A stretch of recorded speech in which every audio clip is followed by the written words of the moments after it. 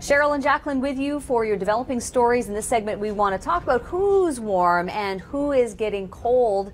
We're also going to talk about, did you see snow this morning? There's still some snow to be had out there, and a very snowy East Coast still.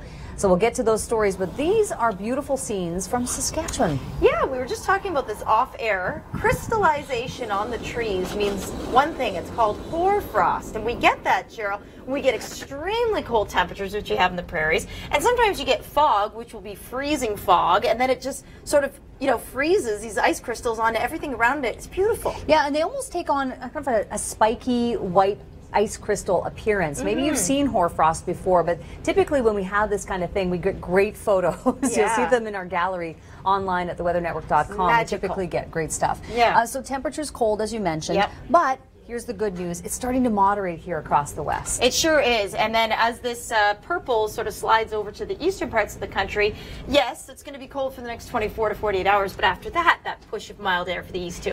A rough commute in today because of the snow on the roads. Yeah, I mean, typically that happens. Yeah. And, around the GTA, it doesn't take much. We saw 1 centimeter Toronto. Markham saw 3 centimeters, but that can really mess up the roads, no question. You know who doesn't see a lot of snow like this is Windsor. That's my hometown, Amherstburg, Ontario, 7 centimeters. So that's enough to slow things down there as well. Well, let's take a look at where we are with our extreme cold warnings. And really, late day tomorrow, we're going to be in the most of the cold air, the coldest air that we see this work week will be had over the next, say, 24 hours.